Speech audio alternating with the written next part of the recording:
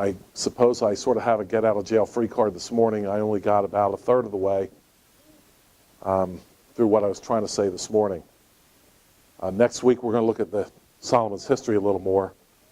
And we're going to look at that, frankly, one of the most pathetic characters in all of Scripture, Rehoboam, Solomon's son. A foolish man, made even worse, shall we say, because he's contrasted with his father.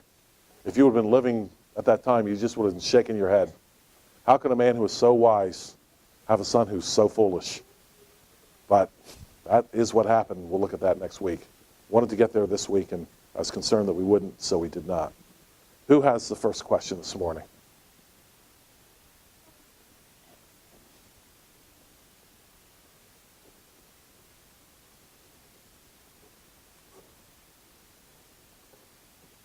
We have a question. Yes? When you say the Swiss were ready for war, can you be more specific? Like, how were they ready for war? Yeah. The question was when I say the Swiss were ready for war. And I actually expand that a little bit. I believe the Israelites were always supposed to be ready for war also. We know how they were supposed to get ready for war. The priests were involved. And the men and the boys, the young men and the older men even, were supposed to fight.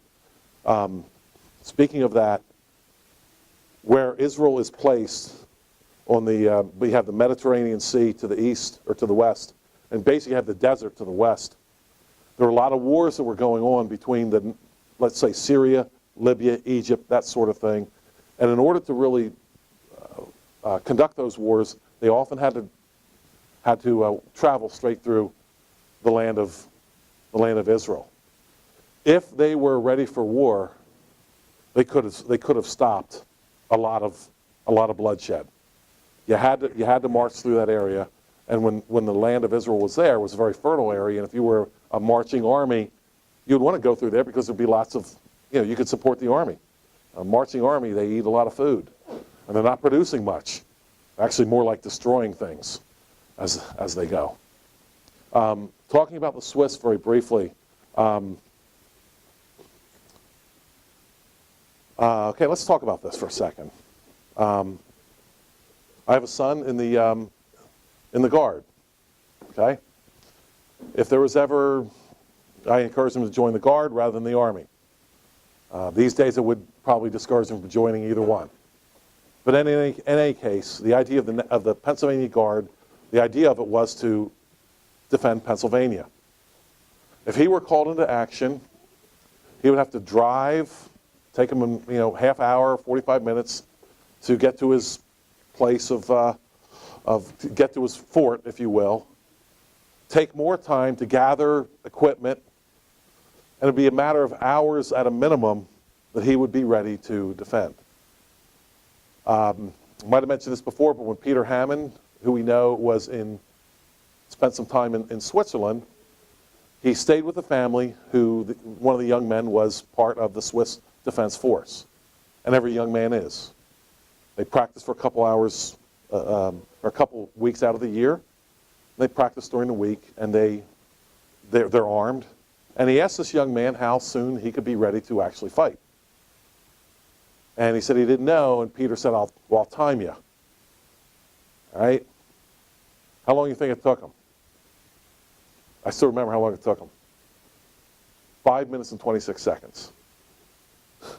Okay, think of 5 minutes and 26 seconds versus driving. Who knows if you can even drive there? Who knows? And he has all his equipment right there.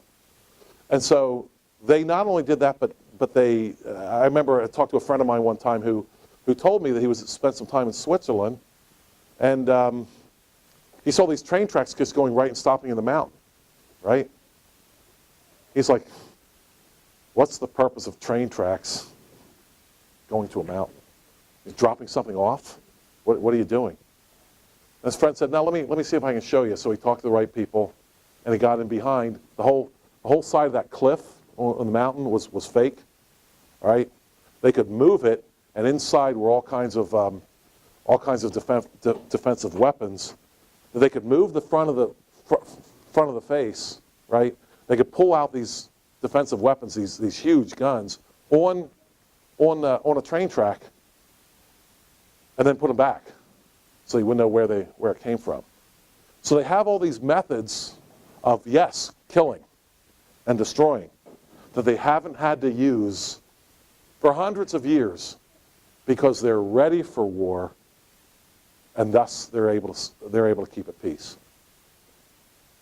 I mean, we do that, right? We lock our doors. You know, we try to be ready for someone that is going to come and attack us. And why do we do that? Because we want peace in our own home. So that's just a real quick example. The book to read is by Stephen Halbrook. I forget the name of it, but he's the one that discusses how ready the Swiss were. Yes. Aren't the Swiss losing some of that, though, in the last 5 years? They have gone downhill. What we would consider downhill. The Swiss are like us in that they're giving up their Christian heritage. They have had a Christian heritage for hundreds of years. And a peaceful nation. I mean, when you think about Switzerland and Europe, I mean, where every square inch of Europe has been fought over again and again, and you have a country that's in the middle of it at peace for 400 years, you really have to think about that. And if you're really serious about peace, you'd be asking questions about how the Swiss have done it. But the folks at the UN aren't asking that. Believe it or not. I know, shocked. Shocked I am.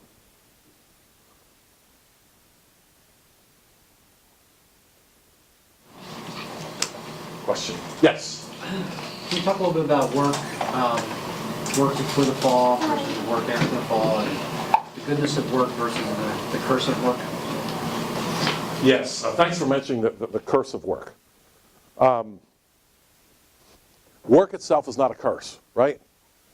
Because Adam had work prior to the fall. Now, we don't know exactly what that looked like. Now, did Adam then, after the fall, did he now get a break from work? Say, well, you know what? It's no longer your job to take dominion. You blew it. Or did the work get harder? So it seems to me as I read that, because God says, you know, the sweat of your brow, that's going to how you're going to earn your bread now. It seems as I read that his work was much more enjoyable. He still had to work prior to the fall, but it was an enjoyable thing. And now it was, Adam, because you've done this, you're still going to have to work. And so the work itself is not a curse. The curse is how difficult it's going to be for you now. You still have to do what I tell you to do. Now it's just going to be a whole lot more difficult. And so, talk about this really briefly. Talk about the influence my father had on me. I had a father who hated the idea of retirement. He didn't like it. And his idea was because of Genesis.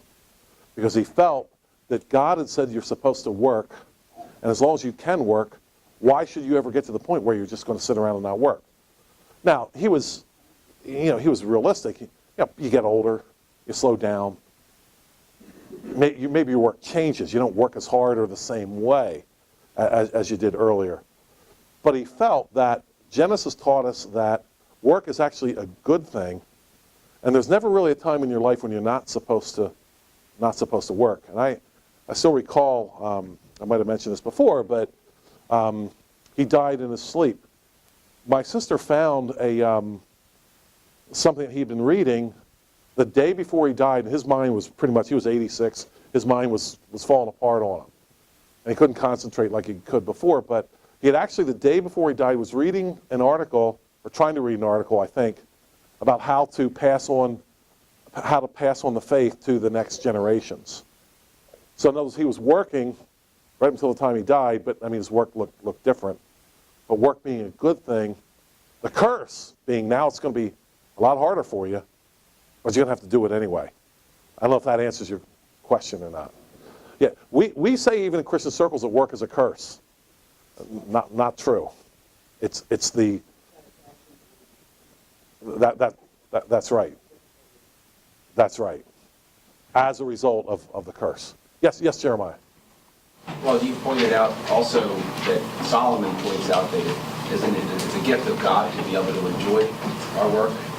Yep. So even though it might be cursed, God can give us His grace to, I guess, enjoy it. Yeah, and to get better at it, and to serve our neighbor through it, through that work. I mean, think about it. The work that we do serves God and our neighbor. And any man in here who has a family knows what it's like. That deep satisfaction that happens when you've worked hard and you know you've provided for your family and you've served your neighbor while you've done it. There's a deep satisfaction there that nothing else can touch. And every man in here knows what I'm talking about.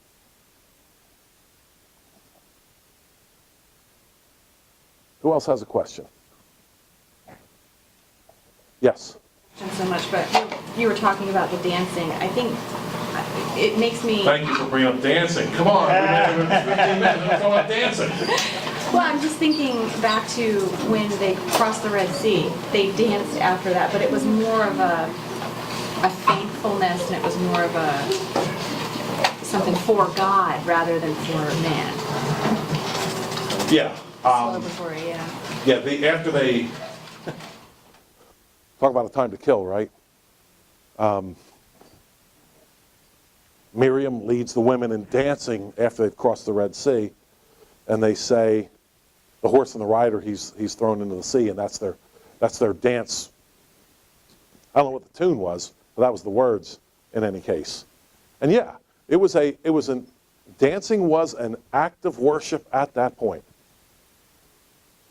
Something that I would say in our modern ideas we know very little about, because we've thrown a blanket over dancing entirely and said, well, it's just all wrong.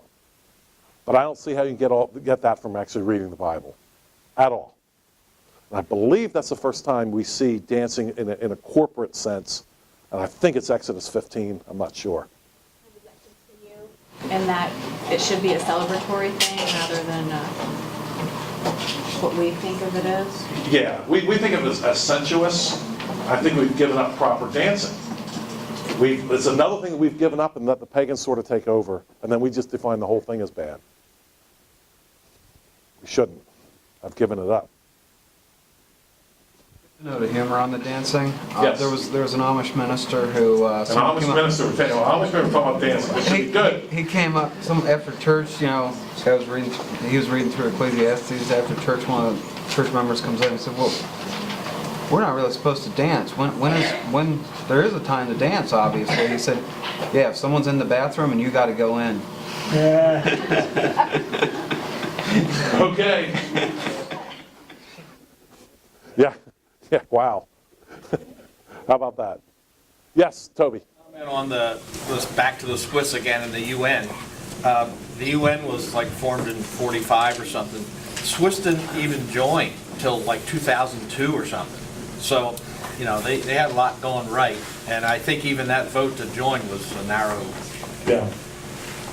Yeah, I wasn't aware of that. Pretty sure those dates are. Yeah. So the most peaceful country in the world refused to join this peace sham that was being foisted on the rest of us. Kind of an amazing thing. And this is one of the emphasis that we try to have around here, is that the Bible really does speak to these types of things. And we need to study it. And if we don't study it, we'll miss it. And we'll trust in things like the United Nations to keep us safe and peaceful. Disastrous. Who else has a question? Yes. Real quick. Yeah, sorry. Doesn't have to be quick. Well, let's look at the clock. I was surprised that you did not bring up the famous song that this passage...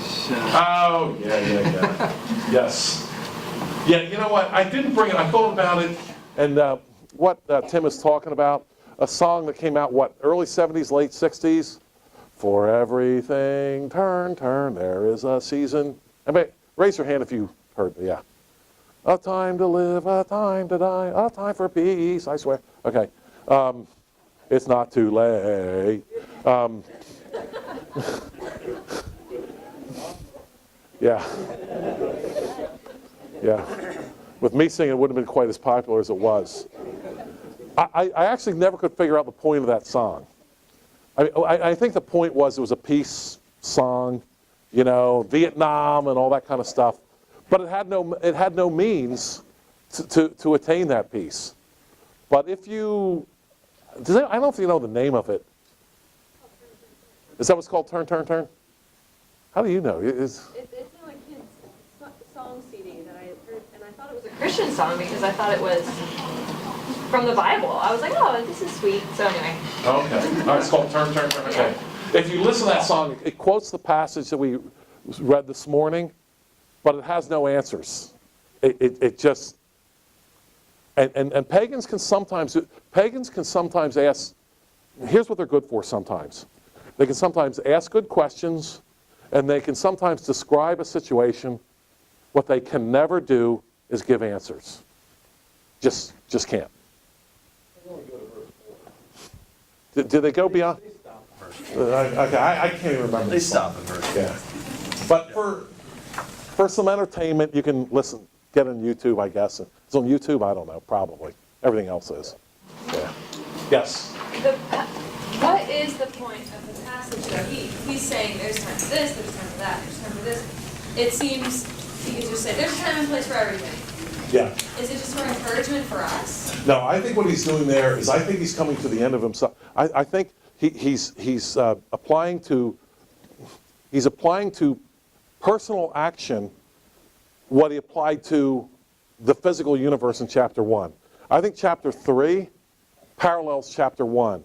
In chapter 1, he says the water runs the sea, sea's not full, sun rises, sun sets, we just keep going, right? And I think he's actually taken that idea and applying it to human activity in chapter 3 and still not coming up with any answers until he says these things are actually God's gifts to us.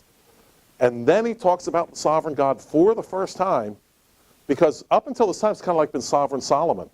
I did this, I did that. Nothing worked. So I think that's what he's doing. I think chapter 3 parallels chapter 1 in that sense.